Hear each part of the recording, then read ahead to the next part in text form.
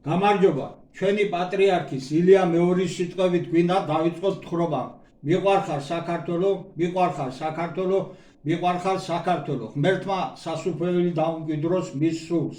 ვაგრძელებთ თხრობას ქართული სახელმწიფოსა და ქართველური ეთნოსის ჩამოყალიბების თაობაზე. ეს არის მე-6 ნაწილი. წინა ვიდეოში ვისაუბრეთ იმ რიგითობით, რომელიც მოცემულია თეიმურაზ ბატონიშვილის წიგნში.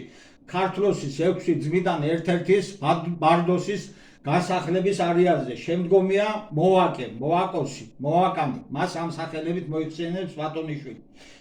მოვაკოს განუჩინა ადგილი აღმოსავლეთ კასპიის ზღვა, დასავლეთ სადაცა დიდი ივერა ანუ ალაზანი მდინარე ეყრების მტკვარსა სრუტამდე მისსა.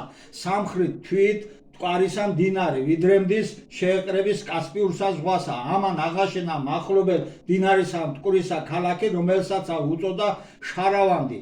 ქვეყანას შირვანად უწოდებენ.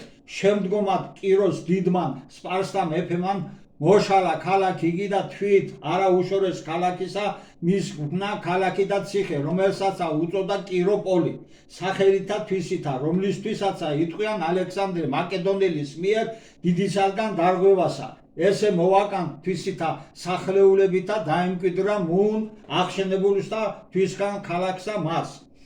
ამით დავასრულოთ. შემდეგ ვიდეოში ვისაუბრეთ ლეკანზე ანუ ლეკოსზე, ქართლოსის მომდევნო ძმაზე, მისი ხალხის განსახლების გეოგრაფიულ არეალზე. გთხოვთ გადახვიდეთ ჩვენს YouTube არხზე და სრული ვიდეო უყუროთ ამ საკითხთან დაკავშირებით. ასევე გამოიწეროთ ჩვენი არხი, მოგწეროთ შეკითხვები და კომენტარები.